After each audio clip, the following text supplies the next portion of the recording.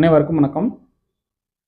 இன்னைக்கு நம்ம இந்த வீடியோவில் முழங்கால் மூட்டு தேய்மானத்துக்கு தேவையான சில கட்டுப்பாடுகள் இருக்குது அப்படின்னு நம்ம கேள்விப்பட்டிருப்போம். அதெல்லாம் என்னென்ன அப்படின்னு நம்ம பார்க்க போகிறோம்.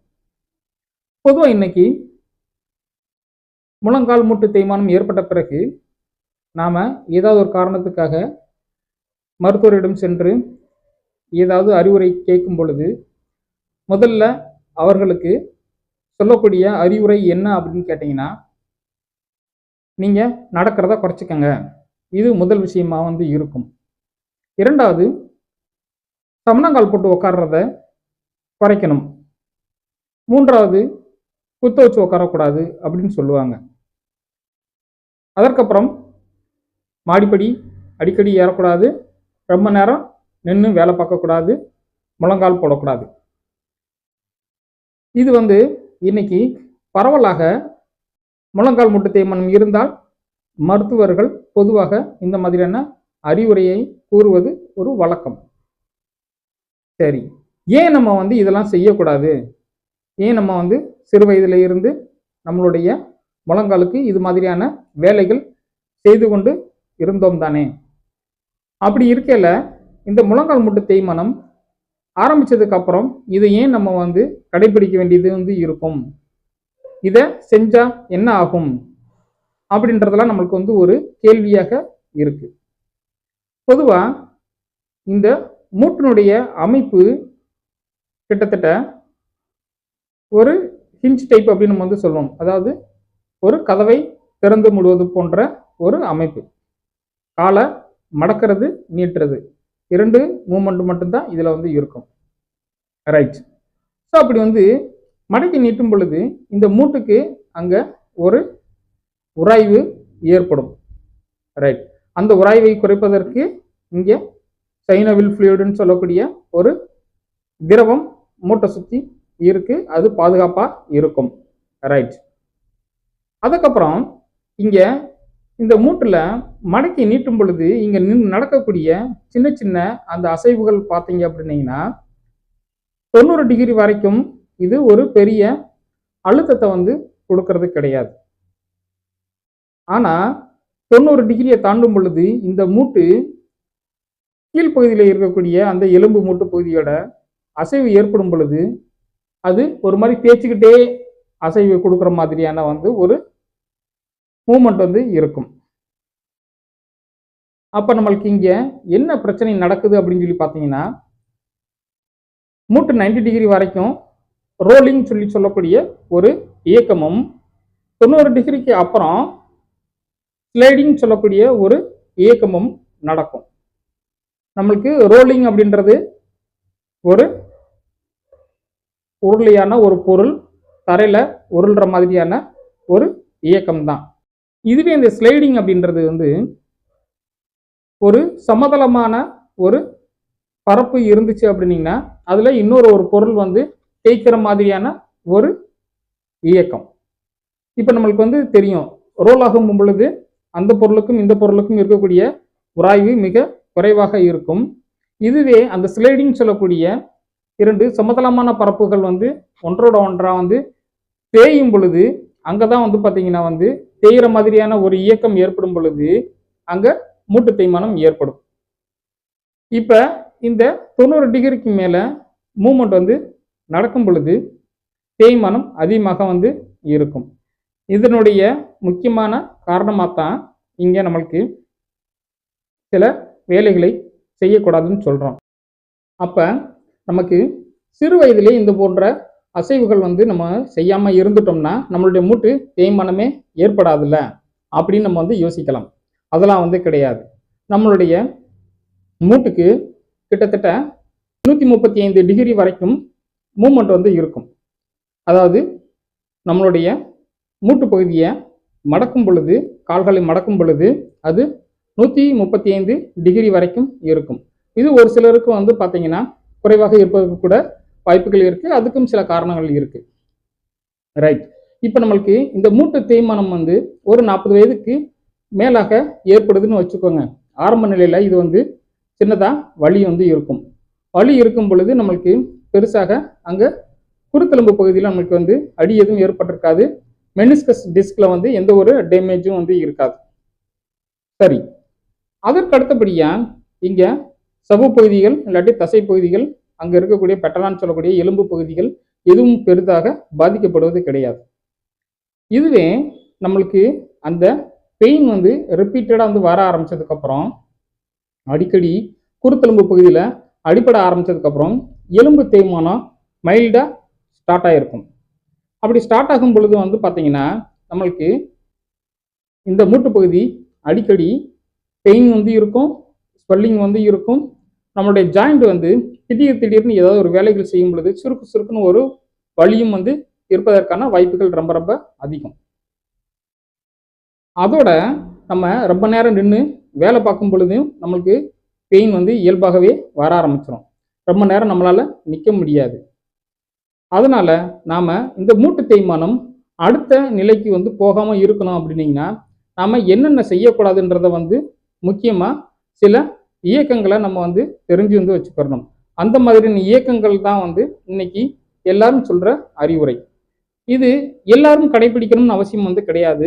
எலும்பு தேய்மானம் சற்று அதிகமான ஒரு நிலையில வந்து இருந்துச்சு அப்படின்னீங்கன்னா அந்த மாதிரியாக உள்ளவர்கள் இந்த விஷயங்கள் எல்லாம் கடைபிடிக்கணும். என்னென்ன அப்படின்னு நமக்கு வந்து தெரியும். ரைட். பொதுவாக இன்னைக்கு பல பேருக்கு சமணங்கால் போட்டு தரையில் உட்காரக்கூடிய நிறைய வேலைகள் இருக்கும்.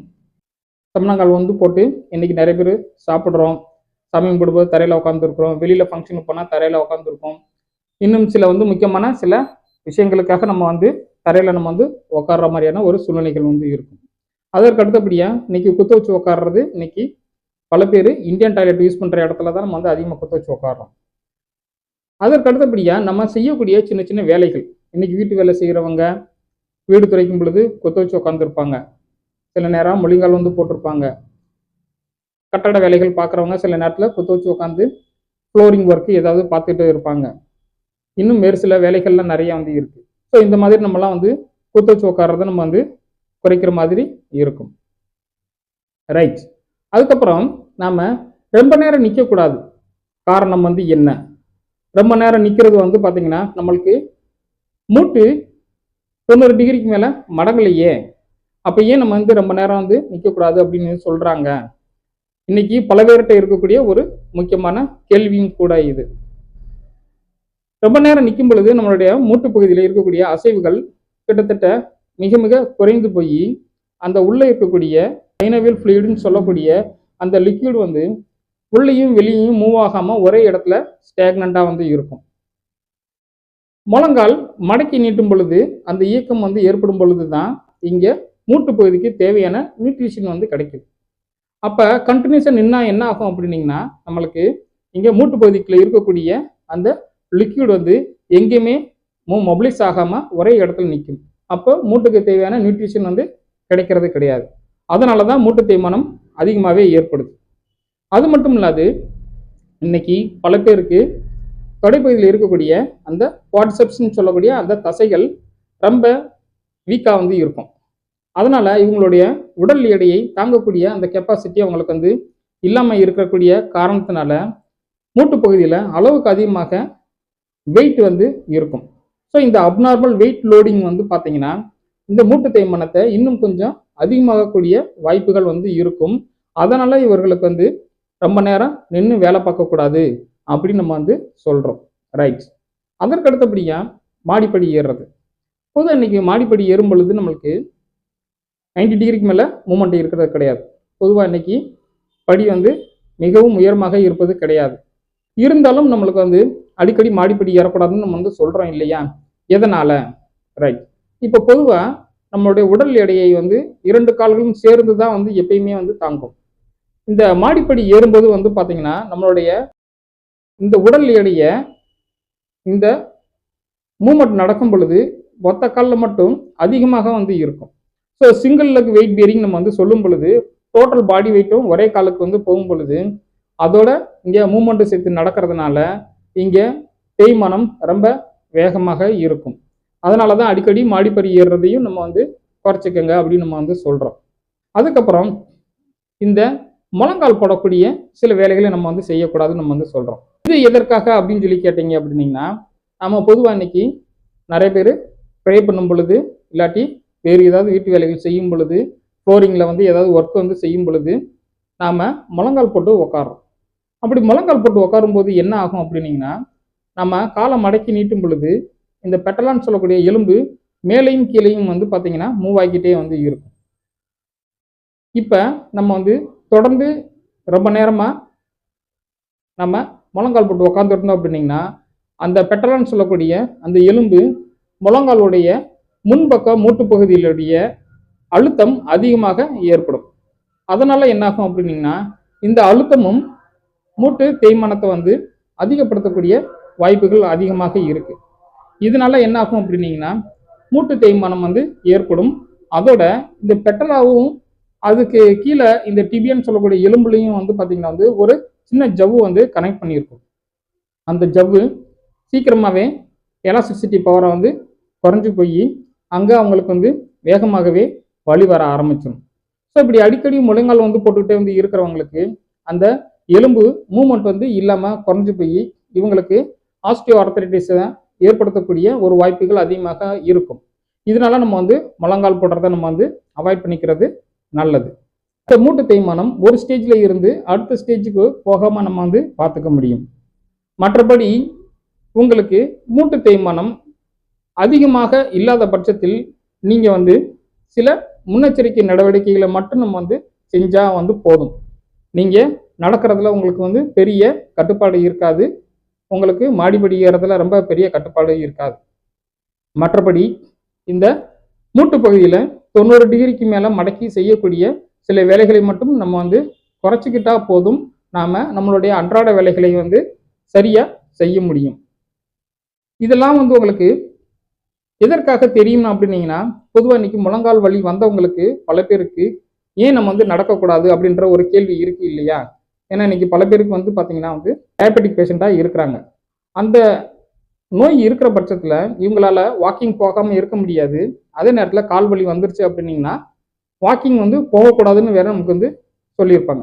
ஸோ இந்த 2 கட்டுப்பாடுகளுக்கும் நடுவில் இவங்க என்ன மாதிரியான ஒரு முடிவு எடுக்கலாம் அப்படின்றது நாம் தெரிஞ்சுக்கிறணும். இப்போ நம்மளுக்கு இவர்களுக்கு மூட்டு தேய்மானம் எந்த நிலையில் இருக்குன்றதை பொறுத்து நம்ம இவங்களுக்கு வாக்கிங் போகலாமா வேண்டாமான்றதை நம்ம வந்து தெரிஞ்சுக்கிட்டா போதும். மேலும் இந்த மூட்டு தேய்மானம் எந்த நிலையில் இருக்குது அப்படின்றத நம்மளால் கண்டுபிடிக்கிறது ஒரு சிரமமான விஷயமும் கூட. இந்த மூட்டு வலி வந்துருச்சு அப்படின்னீங்கன்னா இதற்கு முறையான மருத்துவம் செஞ்சுக்கிட்டு அதற்கப்புறம் இந்த கட்டுப்பாடுகளெல்லாம் நம்ம தொடர்ந்து ஃபாலோ பண்ணால் போதும். நம்மளுக்கு மூட்டு தேய்மானம் அதிகமாக ஏற்படாமல் நம்மளால் வந்து கட்டுப்படுத்த முடியும். இந்த வீடியோ தொடர்ந்து பார்த்ததுக்கு மிக்க நன்றி. மீண்டும் அடுத்த ஒரு வீடியோவில் உங்களை சந்திக்கிறேன். தேங்க்யூ ஃபார் வாட்சிங் your video. Thank you very much.